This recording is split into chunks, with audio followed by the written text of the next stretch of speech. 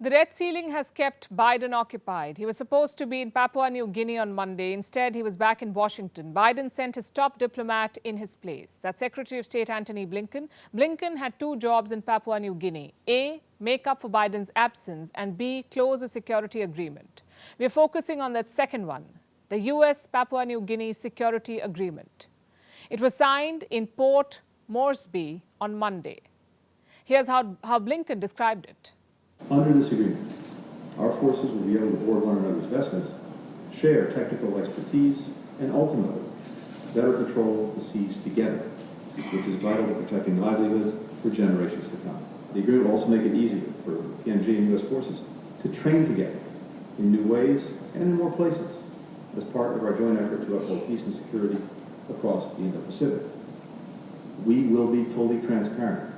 The full text of this agreement has not been released, so naturally there are questions. Students in some universities also staged protests. They say the Pacific is being militarized. To make matters worse, a leaked draft is being circulated. What does it say? Three major things. 1, legal immunity for U.S. soldiers and contractors. 2, free movement for U.S. ships and airplanes. And 3, no migration requirements for U.S. staff. Objectively, that's a lot. But like I said, this is a leaked draft. It's better to wait for the final copy of the agreement to emerge. So let's focus on the confirmed details in the meantime. The U.S. has promised aid worth $45 million. This will be used for security upgradation, climate action, and public health. Blinken says there is nothing to worry, that this deal is just another step in a long-standing relationship. But not many in Papua New Guinea are convinced. So now their prime minister has stepped in. Here's what he said, and I'm quoting, "It is not a military base to be set up here for war to be launched. There's a specific clause that says that this partnership is not a partnership for PNG to be used as a place for launching offensive military operations." The Prime Minister is worried about China. They are Papua New Guinea's second largest trading partner, first if you count just the merchandise. So the Prime Minister cannot afford to antagonize Beijing. He needs Chinese trade, investments, and loans. What he doesn't need is a Chinese debt trap. So what does he do? Sign a security agreement with the United States. Like I said, we don't know what the details of the agreement are, but it will increase U.S. presence on the island, that's for sure. It will expand U.S. access to military bases. The question is, how will China respond to all of this?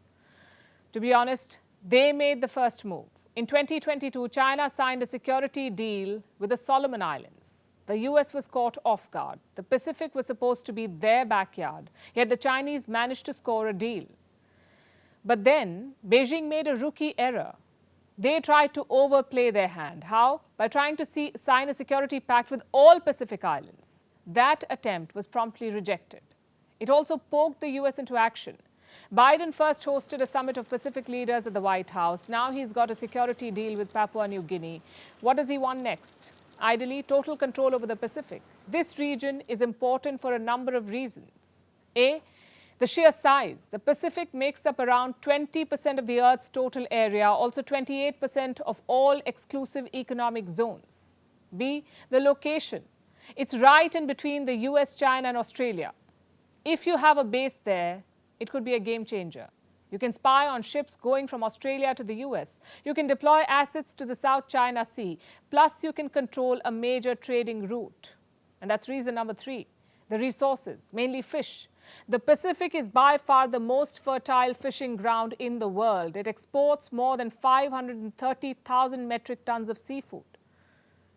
Guess who's interested in this trade? The Chinese. Their Pacific fishing fleet has grown by 500% since 2012, 500% growth. If you control the Pacific, you control the fishing. China, with 1.4 billion people to feed, needs it. And reason number 4, political and military dominance. The Pacific Islands may be tiny, but they control vast amounts of the ocean. They have 55 times more water than land mass, which means they are a front line. In a battle between Asia and North America, the Pacific will play a key role. It has happened before. During the Second World War, Japan and the US fought for the Pacific. The US won and went on to dominate the region. The question is, will there be a repeat? The people here certainly don't want it. including those in Papua New Guinea. PNG is the biggest Pacific island if you exclude Australia. It is home to some 9 million people. Their priority is not big power rivalries. They want jobs. They want better infrastructure. They want climate action. The Pacific Islands are the most vulnerable to climate change. If the oceans rise, they lose land. If the typhoons are supercharged, they lose houses. So the Pacific Islands want funds to tackle that. But who's willing to listen? China just wants the resources and military bases. The US just wants to drive out China. Caught in the middle are the people of the Pacific. Old habits die hard, and old politics even worse. Just look at the World Health Organization. Their report card has been dismal. Failed to inform us about the pandemic, failed to advise us about how to deal with it, and then gave a clean chit to China. In my book, that is a fail. But instead of learning from its mistakes, the WHO is back to doing what it does best, pandering to China. How? By refusing entry to Taiwan. The annual World Health Assembly meeting is underway. Dozens of member states and observers are attending. Taiwan also asked for an invite, but once again, the WHO chief refused. Our old friend, Dr. Tedros. He's gotten re-elected as the Director General of the World Health Organization, but instead of shaking things up, he's sticking to the status quo. Hence, no Taiwan. China is celebrating the decision. Their envoy says it's a validation of the One China policy. Listen to this. The WHO has rejected Taiwan-related proposals for 7 consecutive years, which fully evidences that the One China principle has won universal support from the international community and represents the trend of the world and is in line with people's aspiration. It also shows once again that hyping up Taiwan-related issues at the WHO Assembly will get nowhere and is unpopular. Some background here. Taiwan used to attend meetings of the World Health Assembly, but that changed in 2017. Elections the year before, in 2016, brought President Tsai Ing-wen to office in Taiwan. She's fiercely anti-China. So starting 2017, Beijing began blocking Taiwan. What does that say? This is vindictive politics by China. It's their way of punishing Taiwanese nationals. But what's the solution? Taiwan is an island of 23 million people. It's one of the most advanced economies in Asia. Surely their contributions will be vital. Just look at the Wuhan virus outbreak. Taiwan's initial response was the gold standard. They had reported just 10 deaths by May 2021. The Omicron wave did hurt them, but that first response was unparalleled. Plus, Taiwan had close access to Chinese patients. Their patient zero was a teacher from Wuhan. This gave Taiwan more insight into the virus than any other country. But the WHO did not care. Throughout the pandemic, they blocked Taiwan. They caved into Chinese pressure. Could the WHO have done something different? Well, Western countries do think so. They've been asking Dr. Tedros to personally invite Taiwan. Forget the member states. Just send an invitation yourself. But Tedros has repeatedly refused. He says he doesn't have the power, that all decisions must be taken by the member states. Well then, the member states also wanted action against China. They also wanted to investigate the origins of the Wuhan virus. Why wasn't Dr. Tedros excited about that? His politics is risking global health. It is denying a basic human right to 23 million Taiwanese. And for what? To stay on China's good books? That was the argument during the pandemic, that China's support was necessary to fight the pandemic, to gather details about the virus. And how is that going, we ask? 3 years later, China is still blocking an independent investigation. It's not like they've thrown open the labs. So the WHO's argument doesn't work anymore. One China or two China or no China, Beijing will not share details about the virus. So might as well do the right thing. As for the WHO's organizational compulsions, it's a laughable argument, really. Do you remember this picture? It shows envoys of a fictional country at a United Nations conference. You may have heard about it. Kailasa is a fake country run by fugitive godman Nityanand. Even they managed to attend a United Nations event. But Taiwan can't. Just how absurd is that?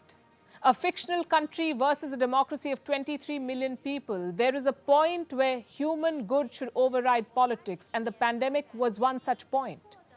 More than 6.8 million people have died from the Wuhan virus. Taiwan is one of the few countries that escaped almost unscathed.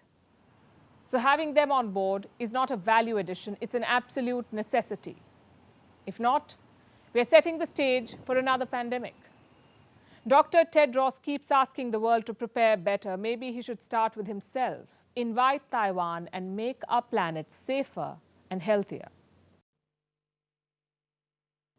Now let's talk about an actual attack, like the one happening in Russia. The Belgorod region has been under attack since yesterday. This is a region in Russia that borders Ukraine. Some fighters hit multiple villages in the area. Several drones struck Belgorod overnight. The fighting is ongoing. And who's behind this offensive? A group calling themselves the Liberty of Russia Legion has taken responsibility. Мы такие же россияне, как и вы. We are Russians just like you.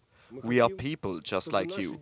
We want our children to grow up in peace and be free people so they can travel, study, and just be happy in a free country. But this has no place in today's Putin's Russia, rotten from corruption, lies, censorship, restrictions on freedoms, repressions. In that Russia where a person's life means less than an official's wallet. В той России.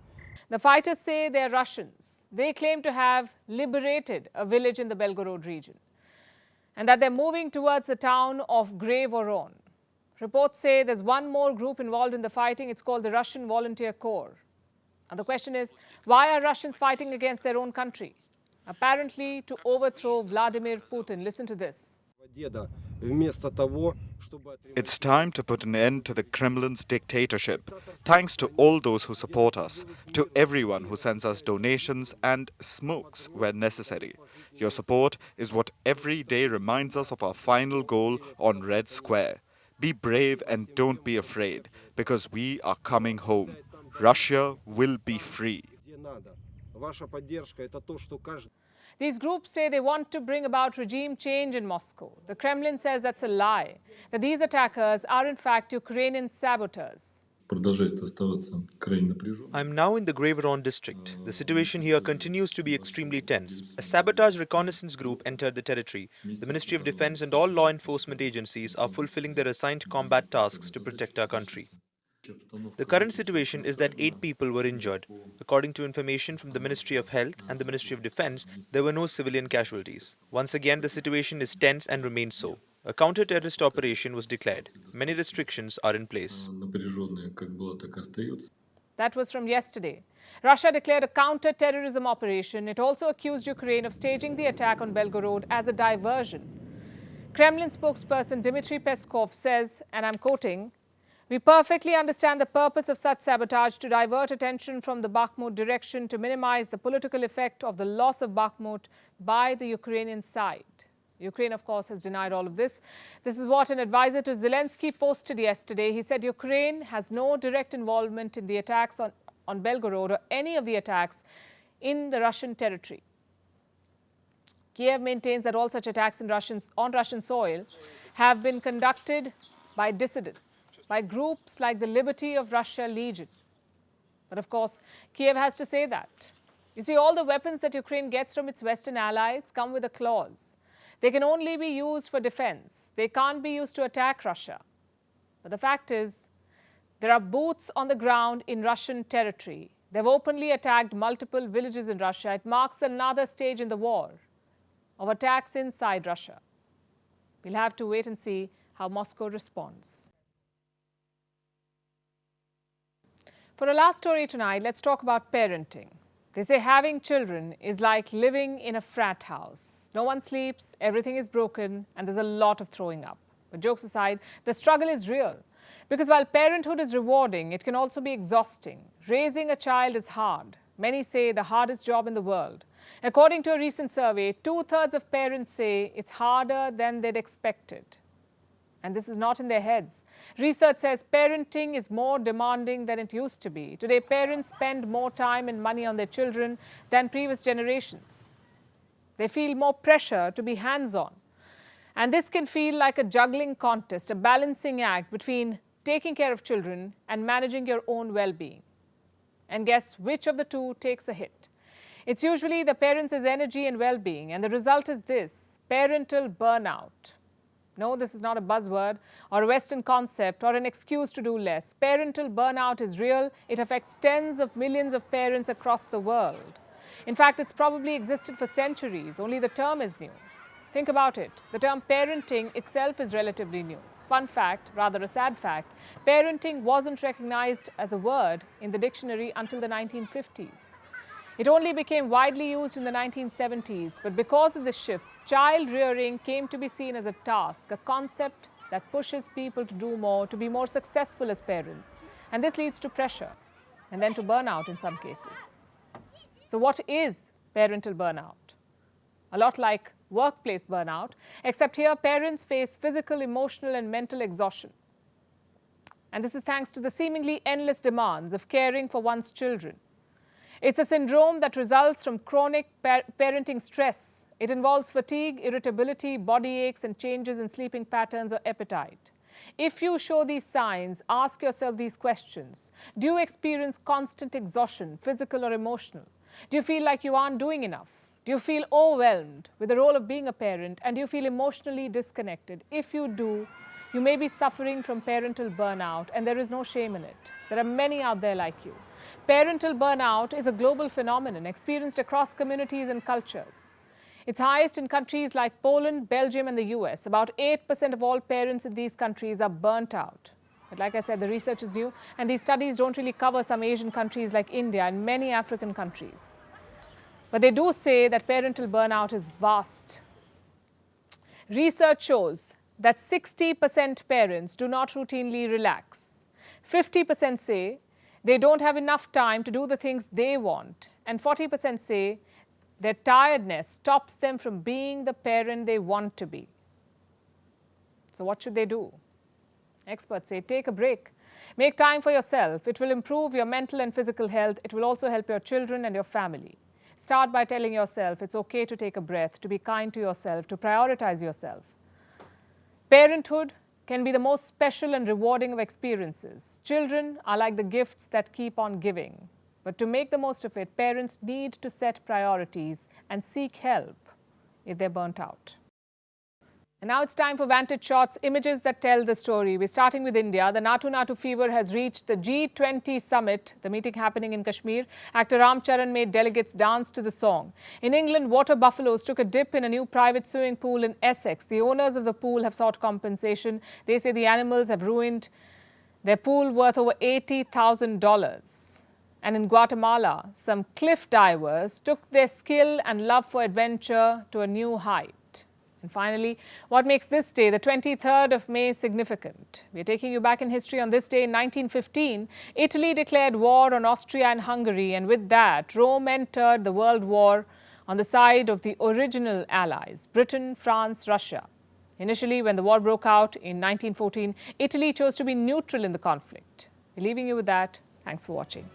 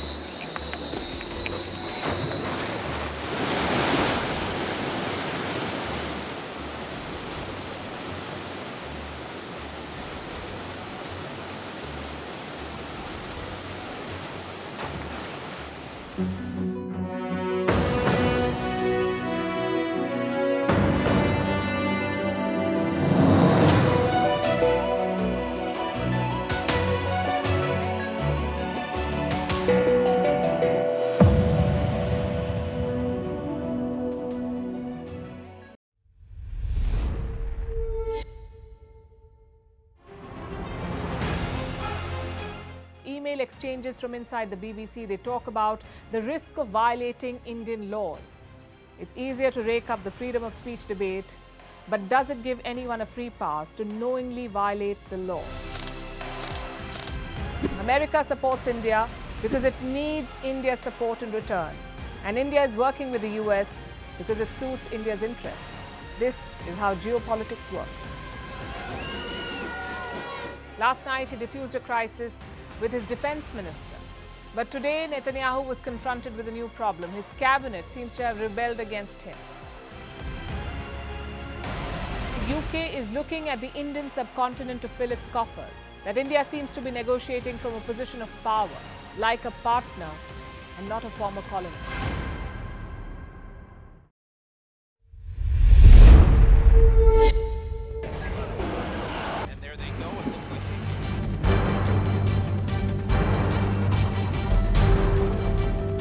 The US and Russia are dangerously close to an armed conflict.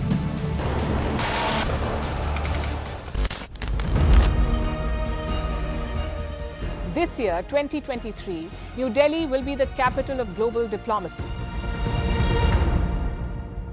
For a country as diverse as ours, with 88% of the population illiterate, it was a very big deal to write a constitution, and that too, the world's largest. Meanwhile, if we may, here's a Republic Day gift from India for the BBC. A list of suggestions for the BBC for their upcoming documentaries. Number 1, the Kohinoor and the colonial loot. Number 2, an outdated monarchy and unhealthy obsession with the royals. Number 3, racism in 2023. We're waiting.